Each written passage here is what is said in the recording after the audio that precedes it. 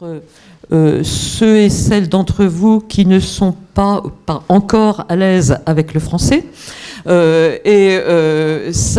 sera aussi une séance qui sera à la fois sur le présent et sur le passé. Alors, on va respecter l'ordre du programme qui est dans l'ordre inverse de l'histoire. D'abord, Marie Mindras, qui est directrice de recherche au CNRS et qui enseigne à Sciences Po, qui est politiste et qui travaille sur les transformations politiques et sociales de la Russie et sur, j'allais dire, les alentours de la Russie, qui a aussi effectué de nombreuses missions sur le terrain, qui a été observatrice électorale, etc. Je n'énumérerai pas ses publications, il y a une bonne quarantaine d'articles et plusieurs livres. Il y a un livre dont le titre, en 2003... je trouve donné à penser pour notre séance aujourd'hui, le politique, le bureaucrate et l'oligarque. Mais aujourd'hui, elle va nous parler du dictateur et du pari perdu de Poutine, ce qui est quasi de la prospective. Enfin bon, le titre m'a interrogé. Pour nous, il y a une dimension de mémoire affective dans la présence de Marie ici.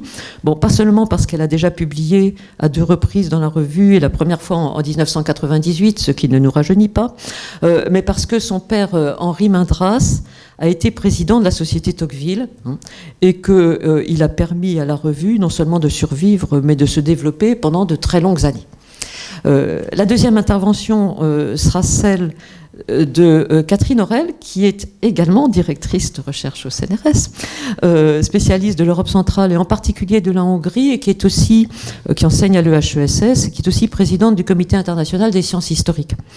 Dans son abondante production, bon, j'ai lu avec un plaisir infini et beaucoup d'instructions un ouvrage de 2021 intitulé « Histoire de la nation hongroise, des premiers Magyars à Viktor Orban ». Et l'idée, c'est d'étudier dans la très longue durée la construction de l'identité nationale et la construction d'une mémoire qui est souvent victimaire, et qui au fond nous permet de comprendre les conditions d'émergence de la revendication d'une démocratie libérale. Mais en fait, je ne veux pas développer davantage, d'abord parce que je ne sais pas ce qu'elle dira. L'intérêt des titres, c'est qu'ils nous allèchent en nous laissant finalement à découvrir ce que sera le contenu. Donc je donne tout de suite la parole à Marie. Merci beaucoup Françoise, merci Laurence, merci Steven de m'avoir invité à rejoindre cette conférence et aussi le micro ne fonctionne pas ou oui, non, je crois pas qu'il fonctionne. Ah si, il faut parler très près alors. Comme ça, est-ce que vous m'entendez mieux? Je vais essayer de ne pas bouger.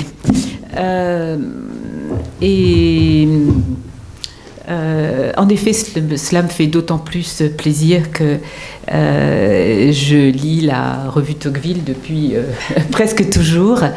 J'avais été très heureuse de faire ce numéro qui s'appelait dans des temps meilleurs Social Change in Russia. Aujourd'hui, en fait, je voudrais vraiment dédier cette conférence à mes amis en Russie et hors de Russie, et notamment 3 amis qui sont emprisonnés, dont la santé est fragile, et que je connais depuis longtemps, Vladimir Kara-Murza, Ilya Yashin et Alexei Navalny.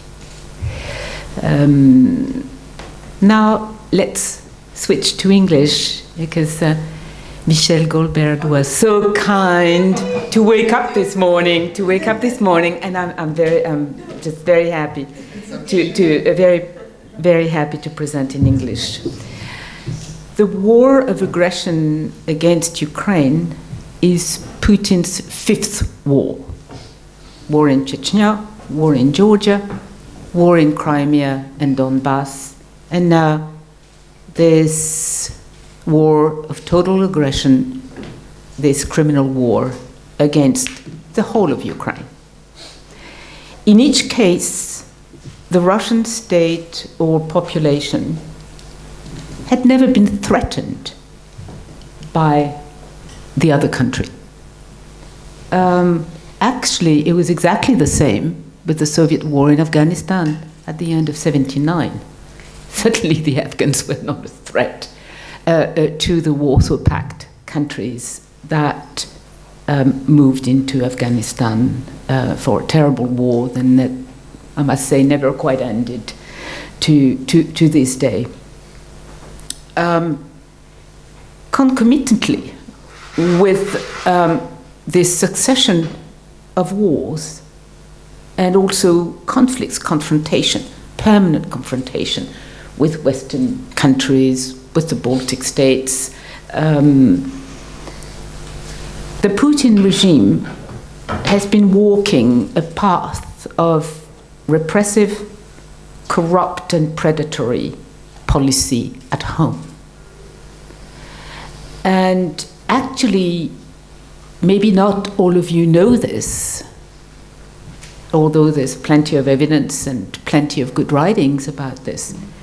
But Vladimir Putin was placed at the top of the state, of the Federation of Russia, in order to consolidate the coming back of the organs, organi, which now we call siloviki. It's the sila in Russian means force, so it's the organs of force. You know, all these special services and their military forces as well, the Ministry of the Interior with its special forces, the border guards, the police, the judiciary. We include the judiciary in the siloviki, in the organs of force. He was there to do that and give the military a revenge, and those special forces as well that had fought in the first war in Chechnya, give them the chance to get a revenge for their total defeat in August 96 against the Chechens.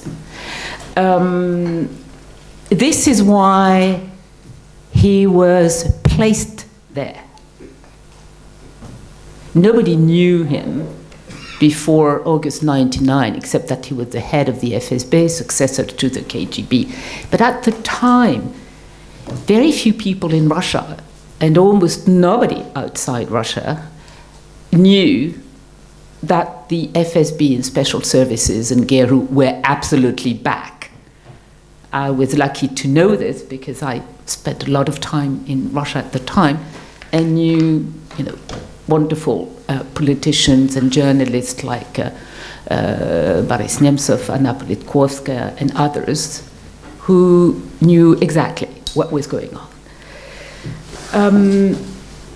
So here, what I would like to do, just really in a few minutes, as you will read my full article in the review, I would like to present the key paradigm of my work about war and tyranny. It's the following paradigm, is that the Putin regime, like a number of other tyrannies, have a preference for conflict and war. They don't feel that they have to fight back an aggression or any kind. They prefer conflict to the many options of negotiation, consensual agreements, and peace. And also, one of the side arguments that I make in my paper is the fact that the war in Ukraine is not officially called a war, but a special military operation. So there is not only a preference for conflict, you don't want to negotiate, but there is also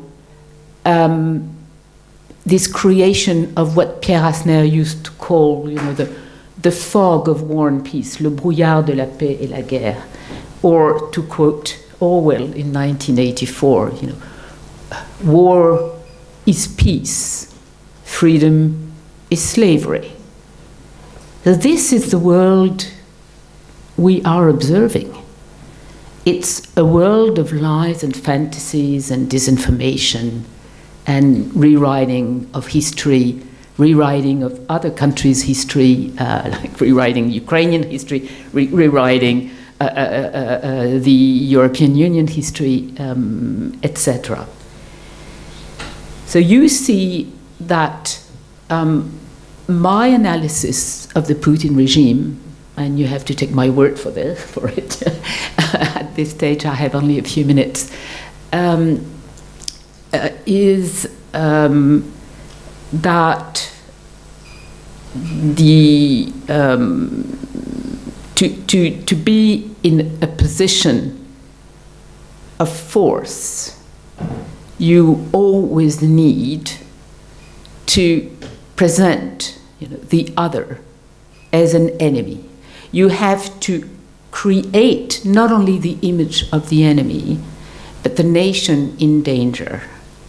And of course, this is back to, very tragic memories of other periods in Soviet history, in German history, and but what is happening with this war is that it is going much further. Putin is not a conqueror. He's not an imperialist. He is not led by neo-imperial ambitions. This is a total fabrication, which, by the way, we in the West have fabricated much more than the Russian propaganda. The Russian propaganda never said they wanted to conquer Ukraine or conquer Belarus, or never. We have fabricated it because our governments, our politicians, our economic elites, we are destabilized to be facing the leader of a major power and a dangerous power. And we want to rationalize the behavior of that man. And this is our weakness. Because, we are afraid of the void of irrationality, the void of, death, the temptation of deadly decisions and deadly behavior. So there is something psychoanalytic about, this group of men been in power for 23 years and that have never, hardly ever, encountered any major obstacle to what they were doing. And they've been testing and testing. And so very early in the 2000s, they have been caught into what the Russians call bespredel, the no limit. It's the infinity and no limit. We are in power forever. There are no limits to our power. And the limits of our state are always questionable. But when they say the limits of their state, they mean the limits of their systema. In Russian, you never talk about a government in Russia. In recent years, you won't ever have a Russian talk about their правительство, the government. There's no government. There's a system. Everybody understands it in Russia. It's only we who continue to do as if there were a legitimate president at the head of the Federation of Russia and a working government. And I think if you've been following the war and the official communiques coming from, or with the same officer from the Ministry of Defense, I think you get the point. It's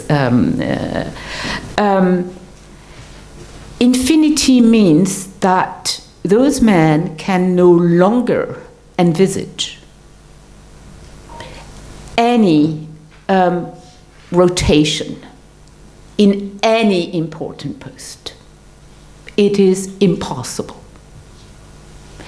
And when a man, Vladimir Vladimirovich Putin, has been carried away in that kind of a system where everyone is tied to the other. And if one gets out, then there's the risk of free fall. Then they have to stuck together. And not only do you have a no-limit, violent, paranoid leader, but you have a no-limit, violent, self-dependent leadership or ruling groups. And this is essential if one wants to understand this preference for conflict. And by the way, Putin has never stated very clearly what the war aims were, what they were. And they've been changing, as you know. But he never said, and he will never say, what are the aims of peace. That is, he's fighting a war when he doesn't want peace. And this is also what we failed to understand in 2014, after the annexation of Crimea and occupation, very deadly occupation of Donbass. 9,000 Ukrainians died in the first months of the Donbass war. It's a lot of people. But again, I mean, yes, there were sanctions. Putin was treated as a pariah during a number, maybe 2-3 years. But that's all. And he very much knew that he would never do anything that was written in the Minsk agreements, but he kept saying the Ukrainians are responsible for the Minsk agreement being stuck. And honestly, we didn't contradict him enough, especially the French government. Violence in all its forms, political violence, judiciary violence, police violence, economic violence, monopoly, racket, gangs, monopolization of resources, in particular hydrocarbons and raw materials, monopoly of political violence, and monopoly of administrations and rule. So then we come closer to what I would call simply absolute rule. You capture everything, you capture everybody, you kill or push out everybody that stands out, and this is so the violence is absolutely key. It's the key instrument. Now, how can you continue to have power, exercise power, if you have no reason to exert violence? So the violence inside and the violence outside are impossible to dissociate. And this is what makes the specificity of this regime. Because you have many other countries in the world that are ruled by diktat and corruption. Okay.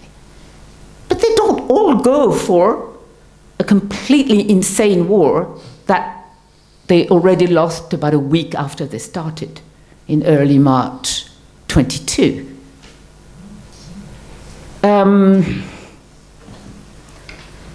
How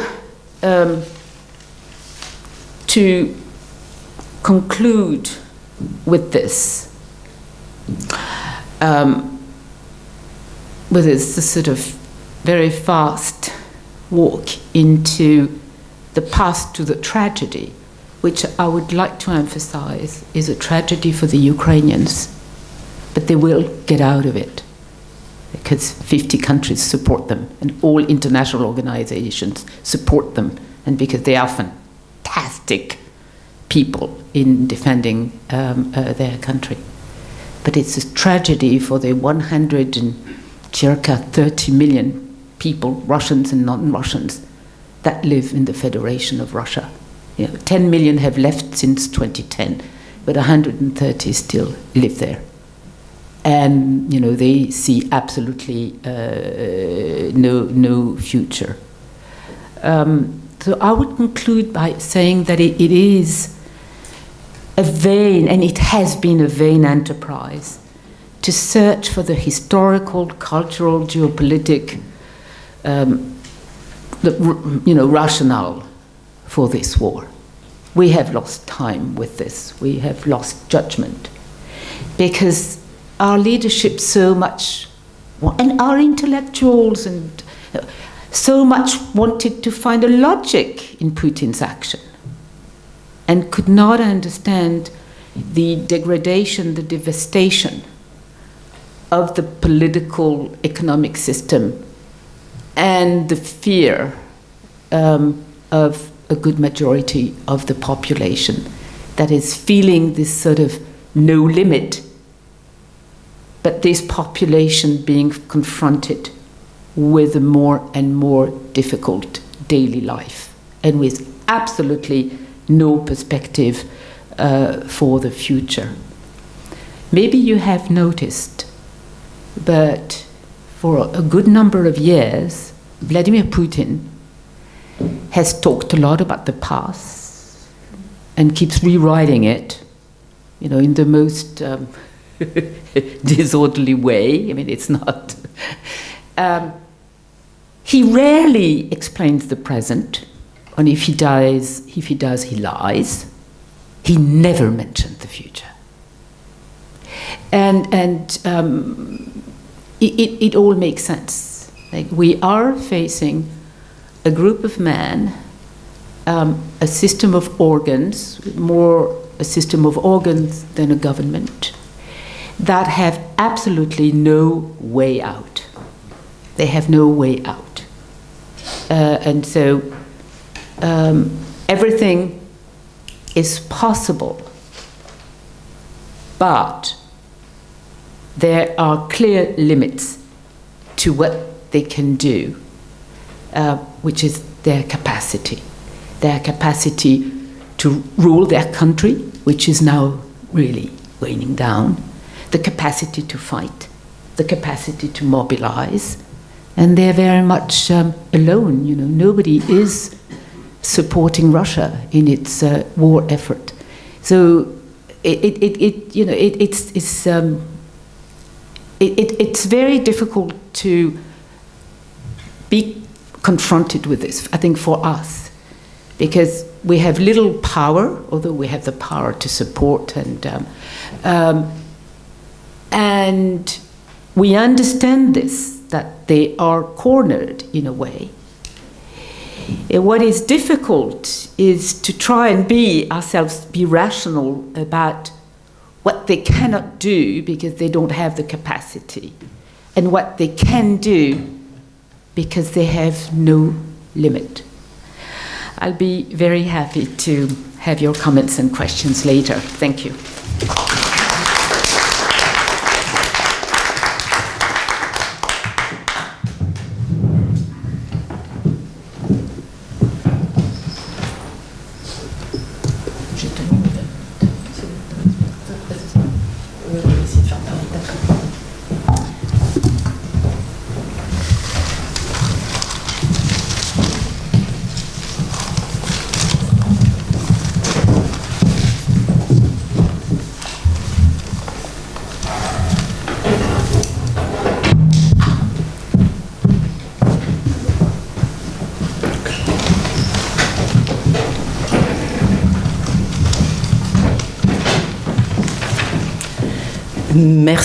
Merci à tous. Welcome everybody. J'espère que vous m'entendez bien. J'espère qu'on entend en ligne également. Bon, ça va être beaucoup moins dramatique. Ça va même être parfois désespérément drôle. Donc, je vais vous parler de la dérive du régime Orbán en Hongrie. Et le sous-titre, La misère d'un petit État, renvoie bien évidemment à ce que vous venez de dire, Françoise, sur la la dimension de victime, la dimension victimaire du nationalisme hongrois, mais aussi, comme vous le savez peut-être, au livre du penseur, politologue, politicien, pendant un temps, Bibó, István Bibó, qui a parlé de la misère des petits États. Alors à l'époque, ça avait été traduit par Europe, parce qu'évidemment, on était dans un contexte qui faisait qu'on ne parlait pas d'Europe centrale.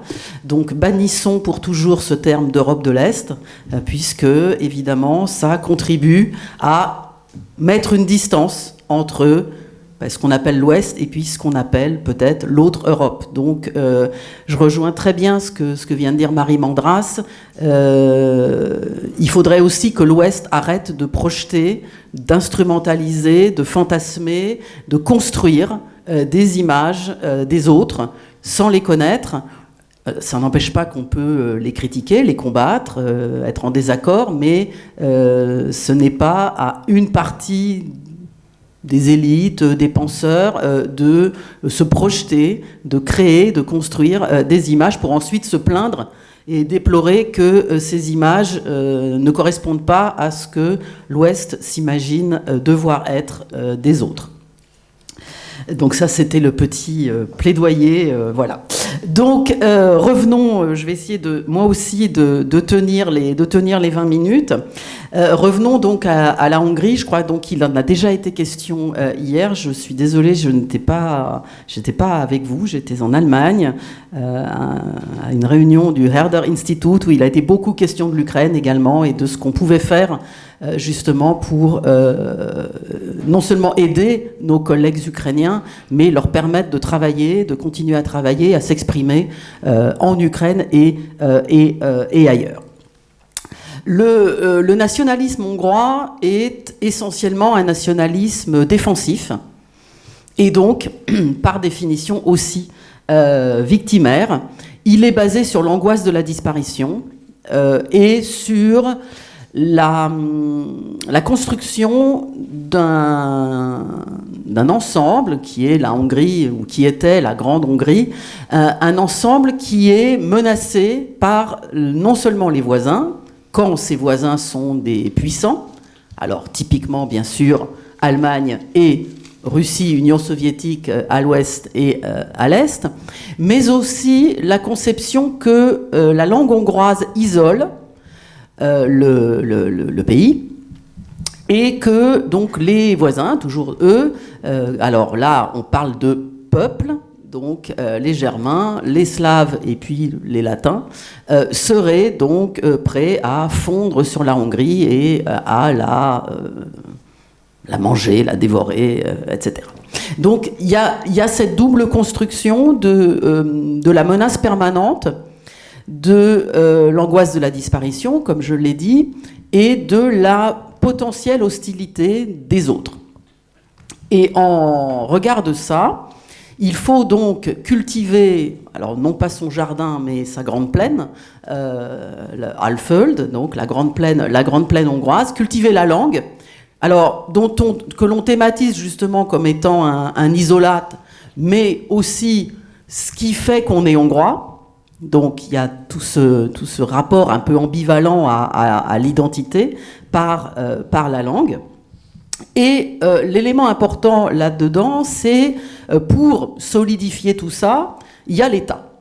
Alors on pourrait trouver ça étrange parce que quand on connaît l'histoire de la Hongrie, on va se dire bah oui, mais pendant plusieurs siècles, il n'y a pas eu d'État. Pendant donc l'occupation turque, ensuite les Habsbourg, petit épisode de l'entre-deux-guerres, et puis les Allemands, les Soviétiques, et si on suit Viktor Orban, maintenant on pourrait dire, puis maintenant c'est Bruxelles. Alors ce qu'il fait régulièrement d'ailleurs, en disant que finalement, dans son vocabulaire souverainiste, il présente toujours la voix hongroise comme étant une voix à part. Et il y a plusieurs années, ce musée, entre guillemets, qu'on appelle la Maison de la Terreur à Budapest, qui est donc une émanation de M. Orban, bien sûr, puisque la directrice est une ancienne conseillère de Viktor Orban, et ça reste sa conseillère historique. Eh bien, la Maison de la Terreur avait voulu organiser un colloque consacré au général de Gaulle. Alors, j'aime autant vous dire que l'ambassade de France et l'Institut français avaient été très très surpris. Et ça participait de cette construction de Viktor Orban, du souverainisme. Et il voulait présenter le général de Gaulle, alors il voulait carrément s'assimiler au général de Gaulle en thématisant l'homme qui a dit non. Voilà. Alors on était un petit peu gênés, et bon, c'est le paradoxe de la Hongrie, c'est qu'en fait, bien que le colloque ait lieu à la Maison de la Terreur, on a fait ce qu'on a voulu sur le plan historique, c'est-à-dire qu'on a été parfaitement libre d'inviter les historiens tout à fait incontestables sur le sujet. Je vais y revenir tout à l'heure si j'ai le temps. Donc un culte de l'État qui passe donc bien, alors malgré les éclipses de l'État en Hongrie, par donc un culte de l'État hongrois, Magyar Állam, qui est vraiment l'alpha et l'oméga, et ce qui explique d'une certaine manière comment Viktor Orban a pu donc s'accaparer l'État et, comme vous le savez, tripoter la Constitution et la règle électorale et bien sûr et la justice, et bon voilà, ça c'est des choses que ceux qui travaillent sur l'histoire très contemporaine de la Hongrie connaissent, et c'est pas là-dessus que je souhaite intervenir, parce que ça c'est très facile à trouver dans la documentation que vous avez à votre disposition sur les atteintes donc effectuées par le gouvernement Orban et puis par ses antennes, par ses courroies de transmission par rapport à l'état de droit. Un élément peut-être important et qu'effectivement qui nous ramène à notre sujet, et on en parlait à l'instant dans le couloir, c'est alors il y a l'accaparement de l'éducation, bien entendu, parce que les manuels scolaires sont perpétuellement redéfinis avec des prescriptions bien nationalistes et correspondant à ce que je viens de dire, et puis je vais vous donner quelques illustrations. Et la création, alors ça s'accélère depuis quelques années, d'universités privées,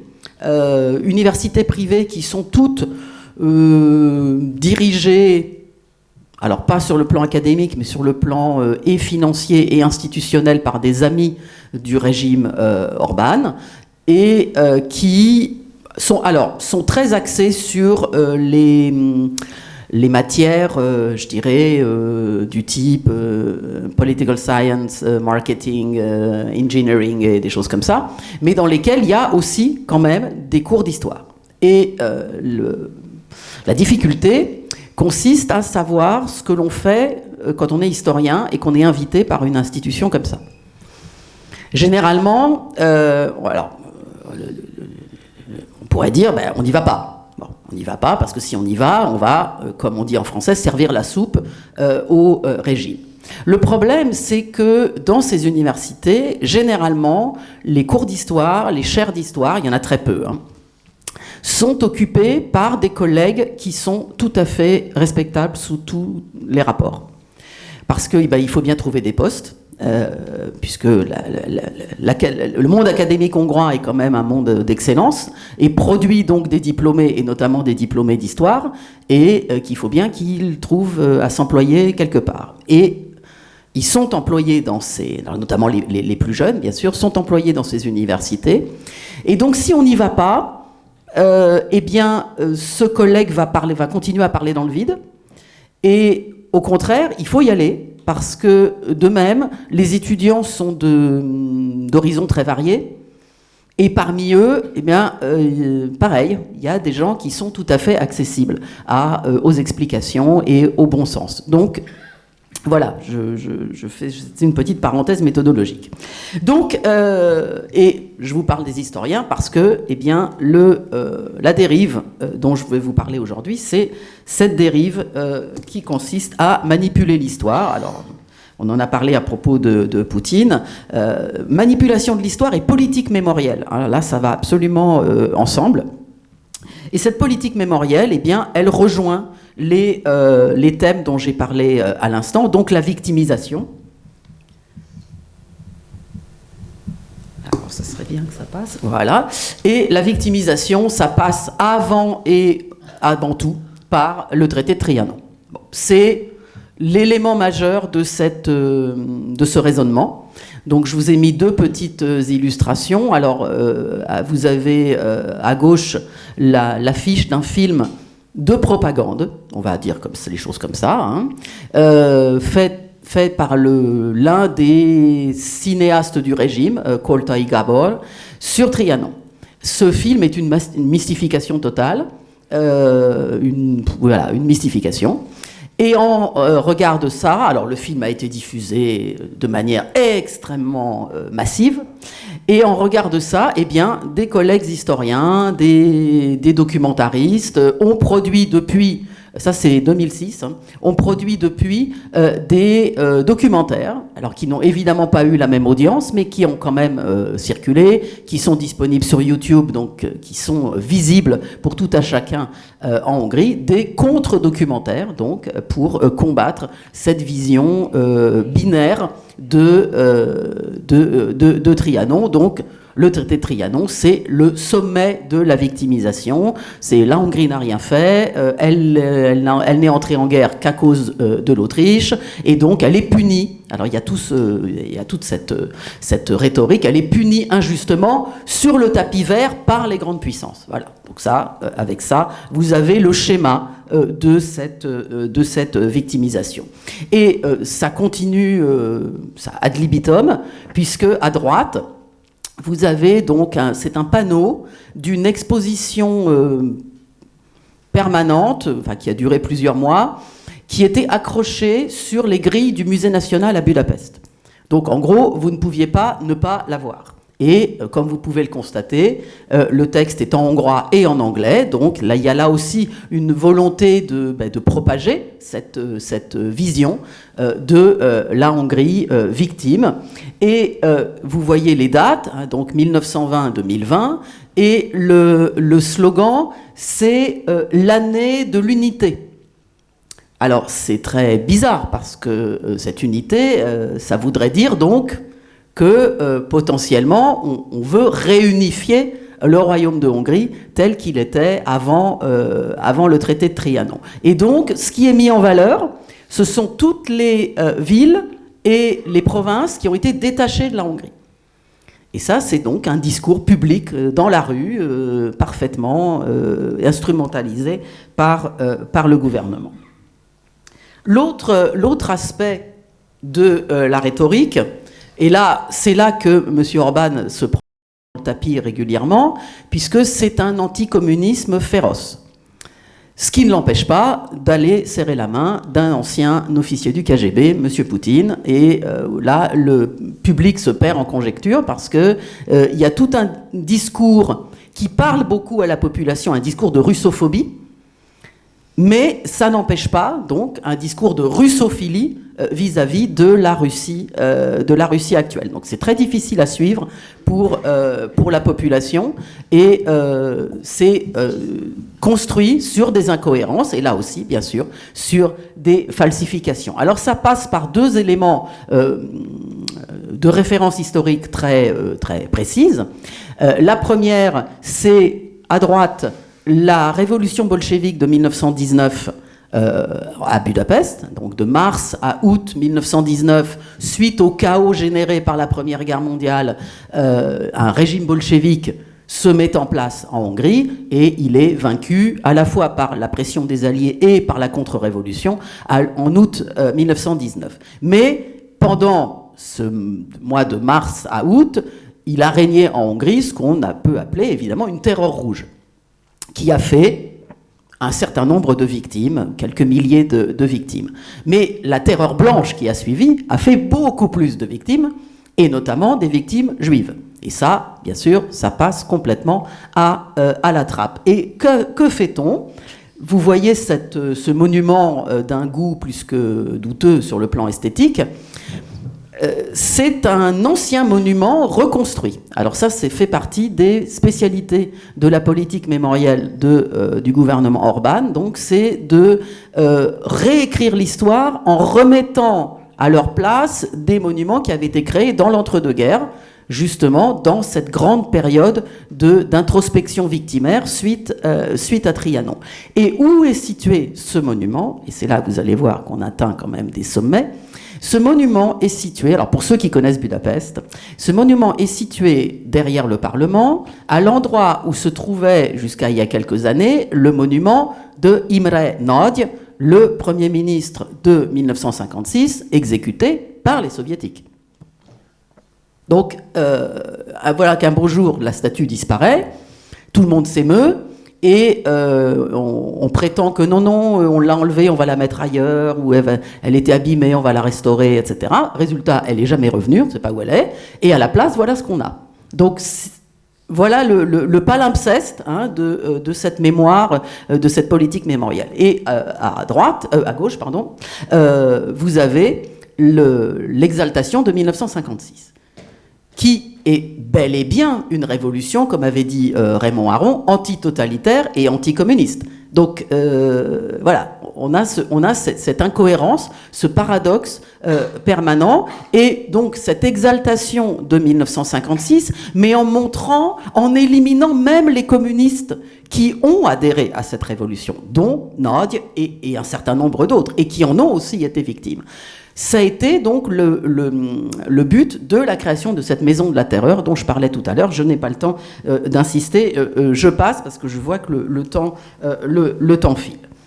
Donc, l'exaltation donc d'une Hongrie, alors à la fois victime et à la fois forte quelque part, parce que si on réactualise aussi l'ancien régime, c'est-à-dire qu'on réactualise aussi la Hongrie habsbourgeoise, en disant mais non, finalement c'était une période de prospérité, ce qui est vrai, on gomme évidemment tous les problèmes nationaux, problèmes sociaux, etc. Ça, c'est gommé bien entendu, et pour exalter cela, on exalte deux personnages qui sont c'est le duo infernal de la révolution de 1848, le comte Széchenyi et Kossuth.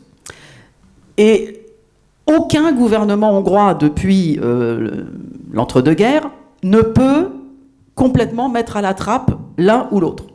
C'est pas possible. La mémoire hongroise est focalisée sur ces deux personnages, et donc il faut quand même évoquer l'un ou l'autre selon le régime qui est en place. Alors traditionnellement, Széchenyi c'est la droite et Kossuth c'est la gauche. C'est pour être très clair. Donc, comme vous pouvez l'imaginer, pendant la période socialiste, Széchenyi est passé à la trappe. On l'a quand même exalté comme réformateur, mais comme c'était un aristocrate, il ne pouvait pas aller au bout des réformes parce qu'il était mentalement bloqué par sa classe, etc. etc. Bon, vous imaginez le verbiage. Et en opposition, c'était Kossuth, le révolutionnaire intransigeant, celui qui a mené la guerre d'indépendance, qui ensuite s'est exilé et a toujours refusé de revenir en Hongrie malgré l'amnistie garantie par les Habsbourg. C'était Kossuth qui était le héros majeur. Et donc, le pays se divise sur les deux. Mais tout gouvernement essaye de faire un consensus pour relier les deux. Alors, comment Orbán s'y prend-il pour réaliser ce consensus? Donc, il exalte Széchenyi parce qu'il veut quand même, malgré toutes ces dérives conservatrices, etc., il veut quand même se donner l'image d'un homme moderne, d'un homme qui modernise, qui investit, qui procure le bien-être hongrois. Lui, il se projette vers l'avenir. Comme à l'inverse de ce qu'on disait tout à l'heure, de ce que Marie Vandras disait tout à l'heure pour Poutine, Orbán est tout tourné vers l'avenir.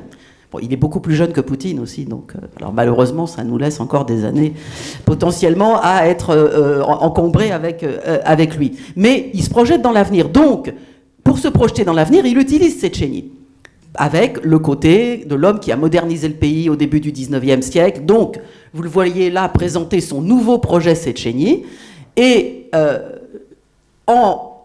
à l'inverse, ne pouvant pas éliminer Kossuth, il le transforme, il le falsifie, il le met à sa mode. Et pour faire cela, on a donc supprimé... Alors, le monument que vous voyez en haut, c'est le monument communiste, installés après 1945, sous prétexte que l'ancien monument, celui-là en bas, avait été abîmé dans les combats du siège de Budapest. Donc, on a mis, alors vous voyez le Kossuth communiste, en avant camarade, sur son socle, et à côté, vous avez la petite bande habituelle, l'ouvrier, le paysan, la femme, etc. Et donc, que fait Orban? En 2015, il fait enlever celui-là, dans un projet, alors on va parler tout à l'heure du projet du château, j'espère que je vais avoir le temps, je me dépêche, dans un projet de soi-disant redéfinition de la planification urbaine de la place du Parlement, c'est comme ça qu'on a habillé le truc, on enlève le Kossuth communiste et on reconstruit le Kossuth de l'entre-deux-guerres, inauguré par l'amiral Horthy en 1927, qui est une falsification historique entièrement. Alors, le premier aussi, certes, mais ça, c'est pire. Puisque, en fait, Kossuth ne devient le leader de la Hongrie qu'en septembre 1848, au moment où tous les hommes politiques libéraux qui sont là à côté de lui ont quitté le gouvernement, à l'exception d'un. Et Kossuth est donc le chef du comité de salut public, mais il est tout seul. Il est avec d'autres personnes. Ceux-là, ils n'y sont plus. Donc, falsification historique. Et comme vous voyez, personne ne se regarde. Tout le monde a le nez baissé. C'est l'échec qui s'annonce. La lecture du monument, c'est bon, ils ont essayé un truc, ça a raté, parce qu'en fait, ils ne s'entendaient pas. Voilà le truc. Et donc, qui est le principal coupable? C'est Kossuth. Voilà comment exalter quelqu'un par un monument en délivrant un message qui est complètement à l'inverse de ce qui aurait dû être fait. Donc, j'essaye de terminer avec deux éléments. Donc, je vais aller plus vite. Je passe l'entre-deux-guerres, on y reviendra peut-être. Alors, je vais revenir un instant sur cette victimisation avec une nouvelle falsification qui est gravissime, puisque... alors, vous avez ici ce qu'on appelle le monument à l'occupation allemande. J'explique rapidement. Le 19 mars 1944, les Allemands envahissent la Hongrie suite aux atermoiements, aux démarches de paix séparées, enfin bon, bref, du gouvernement de l'amiral Horthy, mettent des hommes à eux autour du pouvoir, et surtout commence la déportation massive des Juifs de Hongrie. Et essentiellement, il commence par les Juifs des provinces, l'Allemagne de mars 1944 n'est plus l'Allemagne d'il y a 2 ans auparavant, donc s'ils n'avaient pas eu l'armée et la gendarmerie hongroise pour les aider et les chemins de fer hongrois pour faire rouler les trains jusqu'à Auschwitz, rien ne se serait produit. Rien. Pas un massacre aussi massif.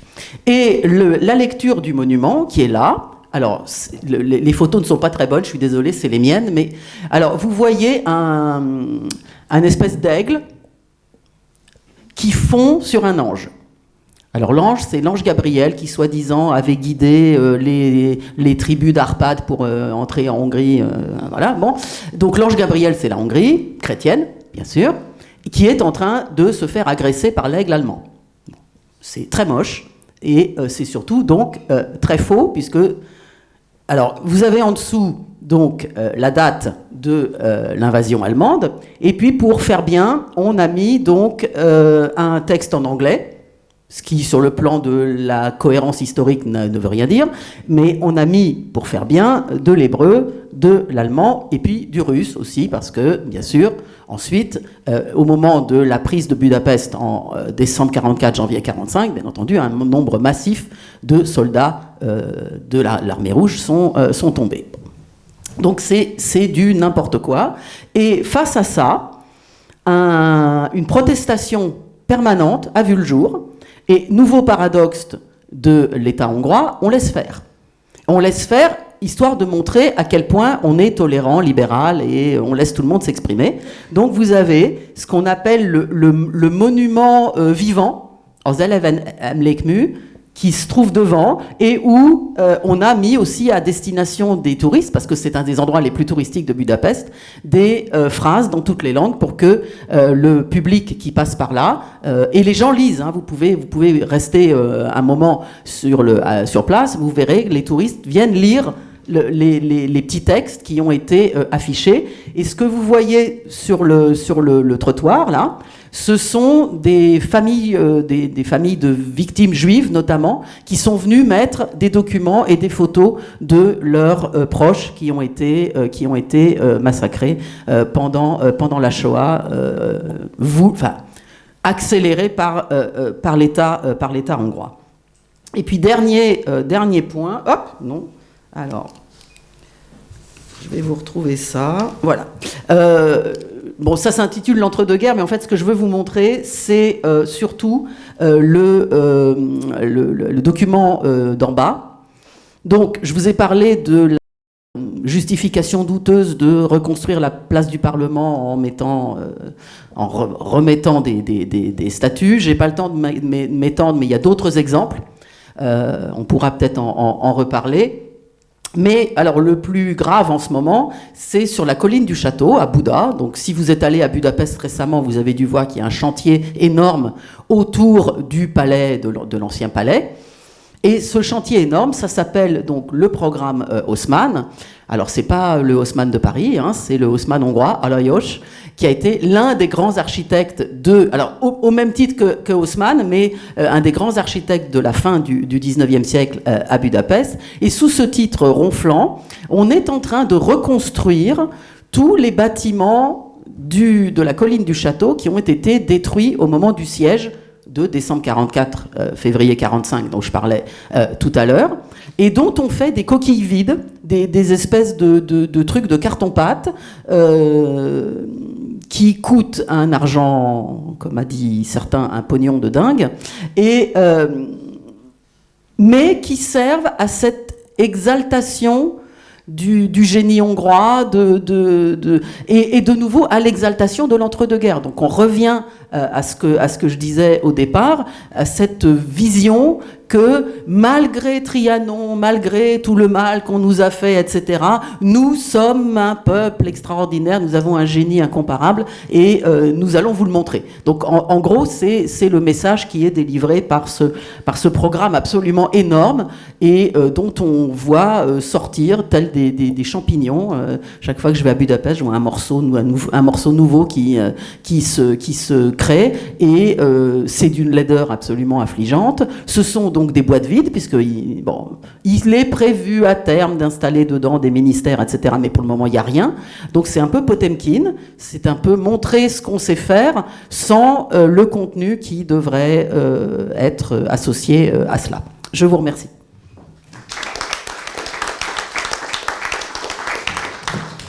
J'ai un peu débordé. J'ouvre tout de suite la discussion. Oui ? À vous.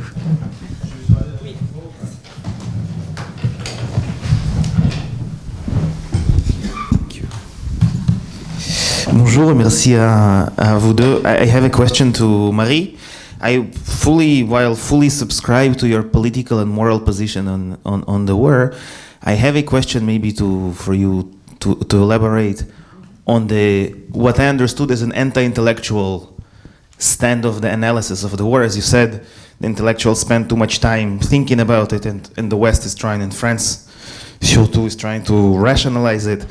So I wonder, comparing to the most obvious things, I think the post 9/11 discussion in the West of we should not rationalize this, the intellectuals, and spending too much time. On the other hand, other systems currently committing other atrocities like China are not being, at least I think, we do try still to rationalize or to understand the reasons. I think maybe not rationalize, but understand the reasons. And we've come to think that the paradigm of the war on terror doesn't mean what we wanted it to be. And trying to understand doesn't mean, of course, justifying or supporting. And so do you find anything unique or really singular in the situation of Russia, where maybe the term, using the same term, the war on Russia, may be more justified in these circumstances? Thank you. Non, on répond à chaque. On n'a pas beaucoup de temps, mais on va prendre 4-5 questions. C'est mieux de regrouper. Bon, alors, est-ce qu'il y a une autre question pour Marie ou oui, Justine? C'était pour Marie. C'était sur la Hongrie. Catherine, alors on va regrouper les questions. Bon, merci beaucoup. J'ai trouvé ça tout à fait passionnant. Je ne connais pas du tout la situation hongroise dans le détail. Et donc, ce qui m'a intéressé, c'est que vous disiez cette espèce cette sorte de combinaison paradoxale d'une politique mémorielle ou largement mensongère, reconstruction du passé, et en même temps vous incitez à plusieurs reprises sur le maintien d'une assez grande liberté, ce qui est un peu étonnant pour nous, effectivement, puisqu'on nous parle beaucoup de la mise au pas des universités, des limites portées aux droits d'association, et tout ça. Donc, pouviez nous donner un peu plus de détails sur ces espaces de liberté qui subsistent au sein de la société civile? Oui, j'ai une question d'Alan, et puis après... peut passer ici, puis après ça sera Alan, et puis tout au fond après. Merci, moi j'aurais 2 questions et je vous remercie beaucoup pour vos formidables exposés. La première, c'est à Marie Mandras, donc la nécessité quand même pour nous, vous dites, le fait que nous cherchions une rationalité à une guerre qui n'en a pas, mais comment penser alors les années qui viennent? En particulier, il y a un acteur qui était absent, je crois, de votre exposé, c'est la société russe. Qu'est-ce qui se passe, c'est-à-dire dans cette tension donc vous montriez entre le fait qu'il soit sans limite, mais que ce groupe d'hommes finalement ait quand même des limites à gouverner. Finalement, qu'est-ce qui va se passer? Est-ce qu'il va se heurter à ces limites à gouverner? Et est-ce qu'on peut attendre quelque chose de la société russe? La deuxième question pour Catherine Aurel, ce qui me frappe dans ce que vous avez décrit, que je connaissais pas du tout, c'est en fait la destruction, je dirais l'installation d'un relativisme historique. Comment est-ce qu'on fait appel à l'histoire alors qu'en même temps on démolit donc toutes les vérités historiques? J'imagine qu'il y a un moment là aussi où ce type de stratégie va rencontrer ses limites. Et encore une fois, merci beaucoup pour vos exposés. On a 2 questions au fond, Alan, et puis juste derrière. Je joins mes remerciements à ceux des autres. D'abord, 2 questions pour Madame Mandras. Première question, on entend beaucoup de cette idéologie du Ruski Mir en Russie. Est-ce que ça, c'est tout à fait une illusion des idéologues de l'Ouest et de l'Est? Et puis, comment est-ce que vous envisagez donc la fin de ce conflit en Ukraine et dans quelle période de temps? Vous me donnez 1 heure? Oui. Merci pour vos questions. Il y a une question juste derrière Alan Kahn. Juste, oui. Et puis après, comme le temps nous presse, on arrête. Merci. Petite question sur l'Hongrie. Qu'est-ce qu'on fait après Orban avec les statues, les monuments et tout ça? Évidemment, on ne peut pas renverser le programme Haussmann. On pourrait détruire les statues, mais évidemment, ça donne l'impression d'une guerre civile pour toujours entre le peuple du Fidesz et, je ne sais pas comment dire, les libéraux, les autres. Qu'est-ce qu'on fait? Très bien. Qui répond en premier? Marie, peut-être. Marie, très bien. Vous avez davantage de questions. J'ai des grandes questions. Oui, mais tu n'as que moins de 5 minutes. Oh, on peut déborder un peu. On a donné qu'une heure pour tout le panel. Un tout petit peu. Merci beaucoup pour votre question sur la société russe. Vous imaginez que comme je tenais à tenir les 20 minutes, la société russe qui n'existe pas et demande beaucoup de temps justement pour être analysée. Donc je vais partir de cette question qui me permet de poser à Catherine une question qui me paraissait absolument urgente après avoir écouté son exposé. Est-ce que c'est efficace tout ça? Non, mais c'est très très important parce qu'en fait c'est la question que vous me posez sur la Russie. Est-ce que Poutine c'est vraiment efficace ou est-ce que c'est en train de faire un effet boomerang? Et vous nous expliquez tout ça mais en fait, vous ne nous dites pas si ça marche. Et là, je voulais poser sur la table, comme on dit en anglais, une question que j'aimerais bien que nous abordions tous dans ce volume de Tocqueville, d'une manière ou d'une autre. C'est que nous avons une fâcheuse tendance. Alors là, c'est nous, les universitaires, les commentateurs, dans un régime de type autoritaire, là on reste très vague, à construire des corrélations. C'est parce que Orban fait tout ce cirque, qui évidemment a un effet désastreux sur le paysage politique et mental. Donc on peut imaginer que ça... Mais on part de l'idée qu'en faisant ça, il augmente son emprise et qu'il augmente sa popularité, entre guillemets, parce que dans un régime autoritaire, il n'y a pas de notion de popularité, puisque les élections ne sont pas totalement équitables, maybe free but not fair.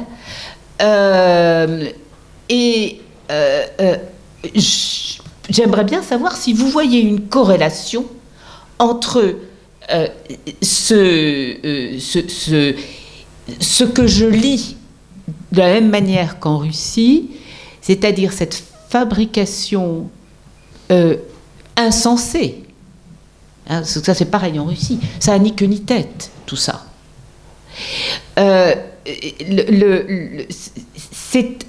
En Russie, c'est essentiel pour démolir la notion même d'histoire et de passé. En prétendant en reconstruire un, on le démolit. Pourquoi ? Pourquoi on le démolit en Russie ? Alors, on garde évidemment le monument de la Grande Guerre patriotique, qui, je vous le rappelle, n'a commencé qu'en juin 1941 et pas en septembre 1939, et qu'on est aussi en train de complètement refabriquer. Hein. Donc, les Russes, ils sont complètement paumés dans cette... Le but, à mon avis, c'est d'empêcher la mémoire.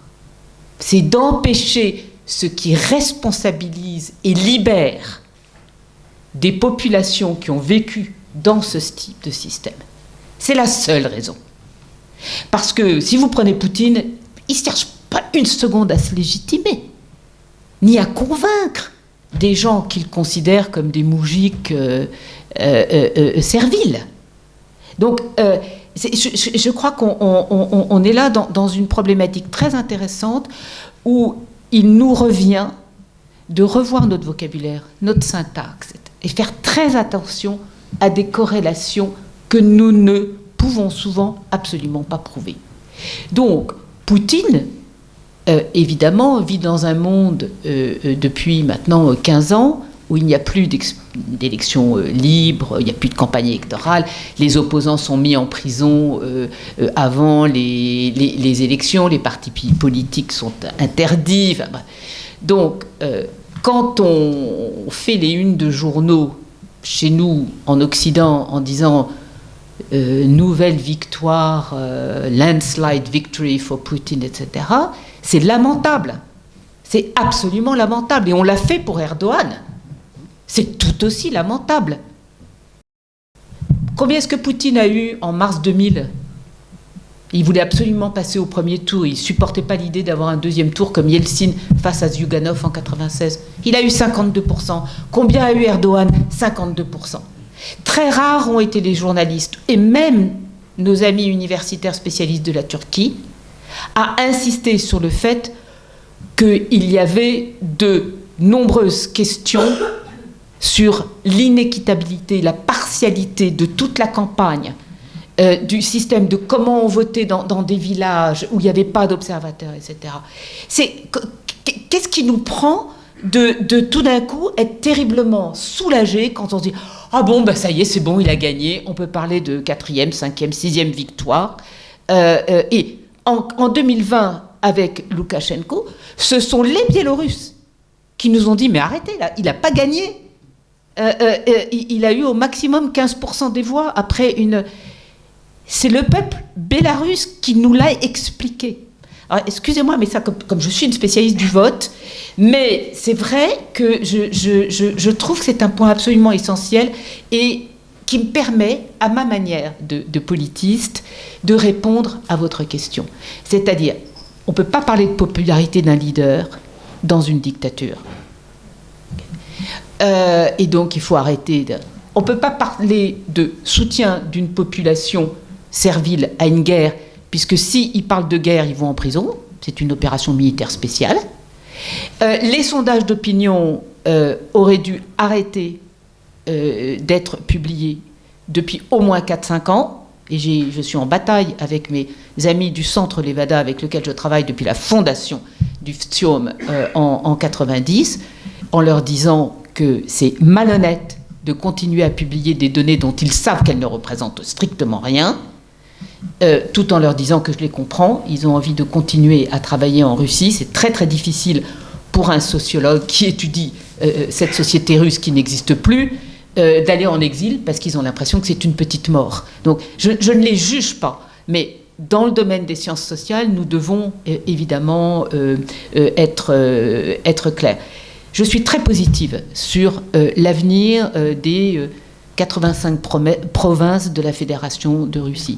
Il y a dans toutes les provinces, dans toutes les villes, des anti-war committees, des comités anti-guerre extrêmement actifs. Leurs représentants régulièrement viennent en Europe nous expliquer où ils en sont. Il y a toute l'opposition en exil et société civile en exil est en contact permanent avec les gens de l'intérieur. On continue le VPN. Vous savez comment est-ce qu'on mesure la résistance à cette guerre, le refus de cette guerre? C'est par le nombre d'abonnements VPN. Quand on a dépassé les 20 millions et qu'on a encore des gens qui vous disent mais Poutine est populaire et sa guerre est populaire, non mais les bras m'en tombent. C'est vraiment... Attendez, on a quand même des données. On a des travaux absolument formidables qui sortent en anglais, en français, en russe. Donc on reste dans une ignorance crasse sur le fait que dans ce type de dictature militaire, on ne peut plus étudier une société comme on l'étudie chez nous, comme on ne peut plus étudier des préférences électorales comme on les étudie chez nous. Le jour où le dictateur est tombé, le soulagement sera total. Ils l'auront très vite oublié. Mais ce qui va être extrêmement compliqué pour la suite, c'est d'aménager une période de transition qui, à mon avis, devrait durer des années, sous tutelle, observation internationale, absolument, mais un peu comme après 1945. Alors c'est compliqué parce que la Russie elle-même n'a pas été en guerre, et c'est évidemment, mais c'est absolument indispensable parce que ça va être un champ de ruines, la Russie, sur tous les plans. Et donc il ne faut surtout pas qu'il y ait une succession à un régime qui va tomber et qui n'a pas vocation à être, et qui ne peut pas être pris par qui que ce soit. Et ce qui nous rend beaucoup plus positifs, nous, les bons connaisseurs de la Russie et tous les Russes qui se mobilisent pour leur pays, c'est que si vous voulez, ce qu'on appelle la société civile, c'est-à-dire les gens qui réfléchissent, qui ont accès, qui prennent un VPN, etc., ils souhaitent penser à leur avenir et le préparer. Ils existent, ces gens. Et ils sont, je dirais, au moins 20 à 30 millions à l'intérieur de la Russie, 10 millions à l'extérieur. Voilà, c'est très important. Je vais peut-être en rester là, parce que je suis désolée, je suis complètement débordée. Là, je me suis lâchée. Donc il me faudrait du temps pour répondre à l'analogie avec le War on Terror. Je peux juste dire que merci d'avoir prononcé ce nom, parce que une des énigmes, alors j'espère que je trouverai la réponse avant de rendre mon papier pour la revue de Tocqueville, c'est que Poutine a utilisé depuis 1999 le prétexte du terrorisme contre les Tchétchènes, aussi contre les Géorgiens, contre les gens du Donbass. C'était, voilà, on fait comme les Américains, War on Terror, International Terrorism, everybody loves us because we strike at Islamic and other terrorists. La guerre en Ukraine, ils reprennent leur thème habituel contre les Ukrainiens. Ça fait des années que ça dure, que c'est des nazis, etc. Ils disent qu'ils vont annihiler les Ukrainiens parce qu'ils sont nazis, et ils ne parlent pas de terrorisme et de terroristes. Alors ça, ça reste une énigme pour moi. Je continue à faire des entretiens, et je pense que là, c'est comme si on était passé dans ce système Poutine à encore un autre stade. Et là, j'ai beaucoup aimé le terme de Catherine Aurel, la peur de la disparition, que moi j'appelle, dans le cas de la Russie, suivant les merveilleux travaux de Nathan Leites, the Study of Bolshevism, et the Operation Code of the Politburo, qui a été écrit par Nathan Leites après la Seconde Guerre mondiale. Il est extrêmement convaincant sur la peur de l'annihilation chez le bolchevique. Il a étudié sur les années 20 et 30, et c'est tellement vrai. Ça m'a énormément inspiré, Leites, dans tous mes travaux sur la Russie. Et puis enfin, le terme de Ruski Mir, le monde russe n'existe pas, et bien entendu, c'est ce que j'essayais de dire tout à l'heure quand je disais Poutine joue avec l'ambivalence. Il a encore dit récemment, il n'y a pas de limite à la Russie. Mais on ne sait pas si c'est des limites de type territorial, linguistique, culturel, de contrôle militaire. Et peut-être un argument majeur que je n'ai pas eu le temps de développer, c'est que bien sûr, toutes ces guerres de Poutine, et surtout ces guerres de subversion contre la Moldavie, contre l'Ukraine, contre l'Arménie, contre les pays baltes, la Biélorussie, ce sont des guerres de subversion pour empêcher ces anciennes républiques de se démocratiser, parce que le rule of law, ça permet de rentrer dans l'Union européenne et de quitter définitivement la grande sphère qui est devenue très toxique pour tous ces pays et ces populations, qui est la sphère de l'ancien monde soviétique, et que Poutine rétablit en monde russe. Mais bon, on voit très bien l'instrumentalisation du terme. Oui, Catherine. Oui, alors c'est très révélateur finalement de la place et de l'intérêt que la Hongrie suscite partout. C'est que et puis alors peut-être que c'est bien parce que finalement c'est un petit pays insignifiant et c'est beaucoup moins préoccupant. Monsieur Orban est beaucoup moins préoccupant que Monsieur Poutine, donc c'est peut-être un peu normal que ça intéresse moins les gens. Donc très rapidement. Voilà, oui. Donc très rapidement, je prends les questions dans l'ordre. Donc, qu'est-ce qui reste de la liberté et académique et d'information des Hongrois? Alors liberté académique quasi totale. Heureusement, on n'est ni en Turquie ni. Le problème, c'est que l'historien spécialiste n'arrive plus à se faire entendre du grand public. C'est ça le problème. C'est qu'il ou elle peut évidemment continuer à travailler tout à fait normalement. Les instituts qui avaient été menacés, les instituts de l'Académie des sciences qui avaient été menacés n'ont pas été supprimés.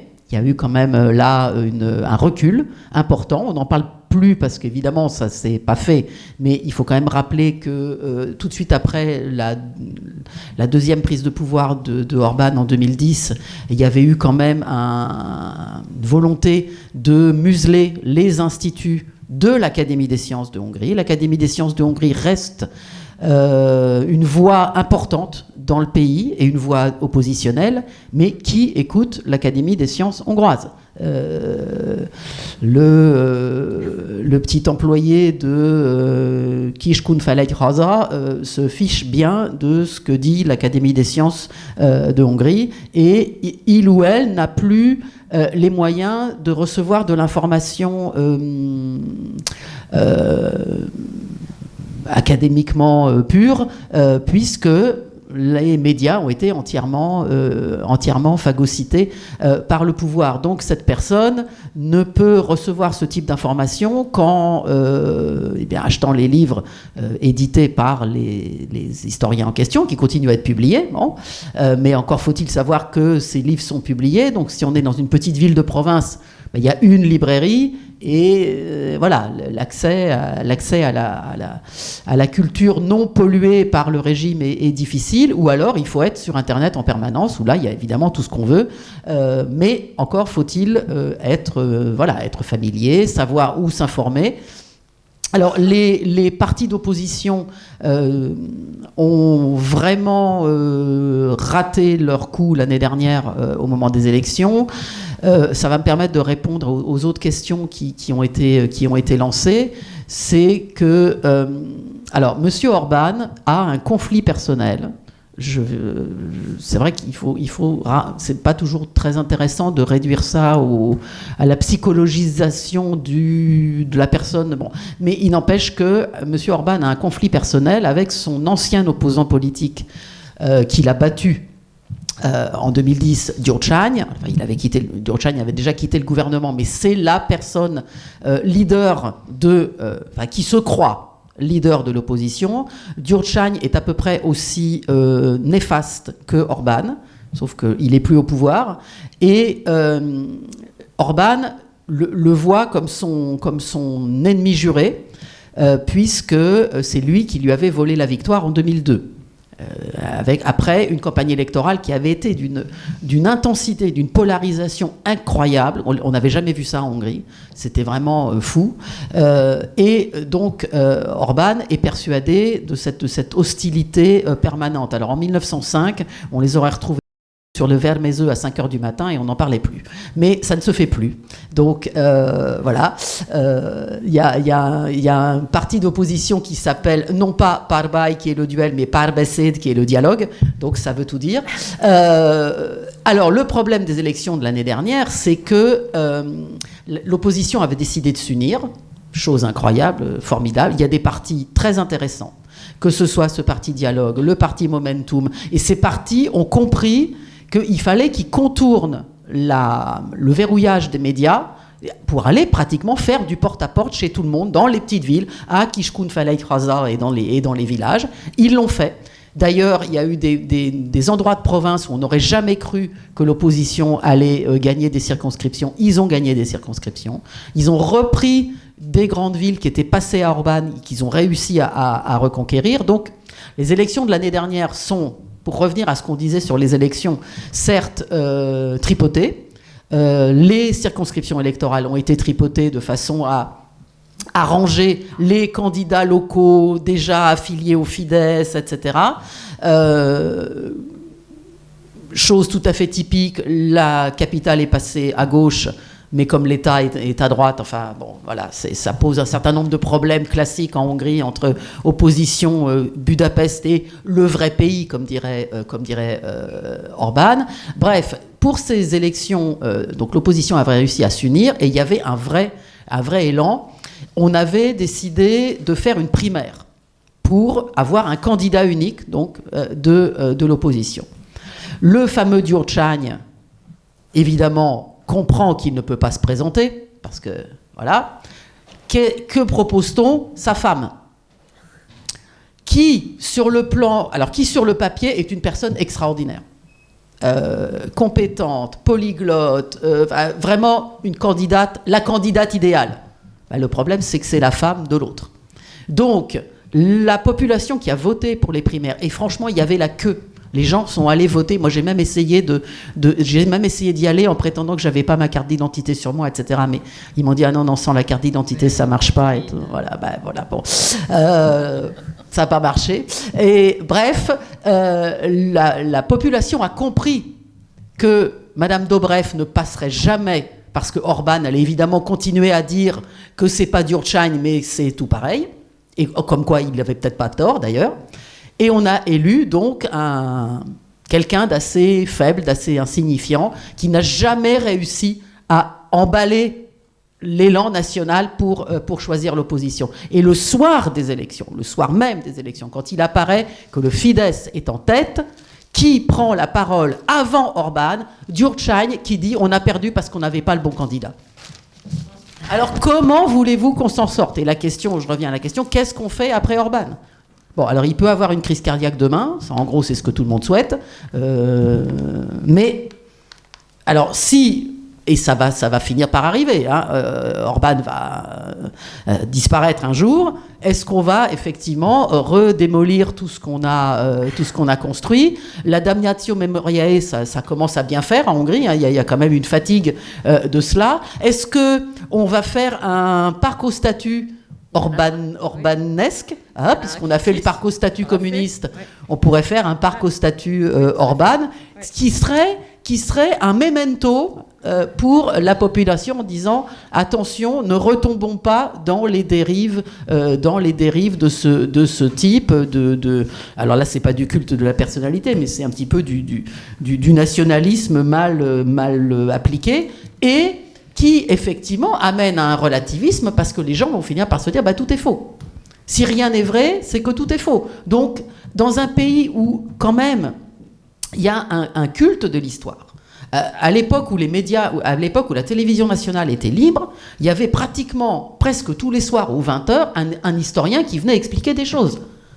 C'est plus possible, bien sûr, parce que évidemment, là, sur un média contrôlé par le pouvoir, il est évident. Moi, on m'a plus jamais invité à la télévision en Hongrie. Bon. Donc, effectivement, ça relativise tout, puisque il n'y a plus vraiment les gens se rendent bien compte que ce qu'on leur dit est douteux. Mais comment croire finalement en face quelqu'un qui va leur dire non, c'est pas comme ça, c'est comme ça, parce que moi j'ai vu les archives, etc. D'où l'intérêt des documentaires dont j'ai parlé tout à l'heure, qui quand même sont des essais pour faire passer un autre discours. Et du coup, est-ce que c'est efficace? La question, est-ce que c'est efficace? Alors oui, d'une certaine manière, parce que Orban a encore gagné les élections l'année dernière, mais c'est une efficacité... Est-ce qu'il les a gagnés grâce non. au statut? Non. On n'en sait rien. Non, du tout, parce que, toujours pareil, l'habitant de Kiskunfelejthaza, la statue sur une place de Budapest, il s'en fiche. Le problème, c'est que des statues comme ça, on en met aussi en province. C'est-à-dire qu'on vient mettre des plaques Trianon, des choses Trianon dans les provinces. Donc quand même, il y a une pénétration de ce discours de falsification historique au niveau des villages. On fera une prochaine séance sur les statuts, parce qu'il y a énormément de choses à dire. Il faut qu'on passe au... Voilà, c'était formidable, merci beaucoup.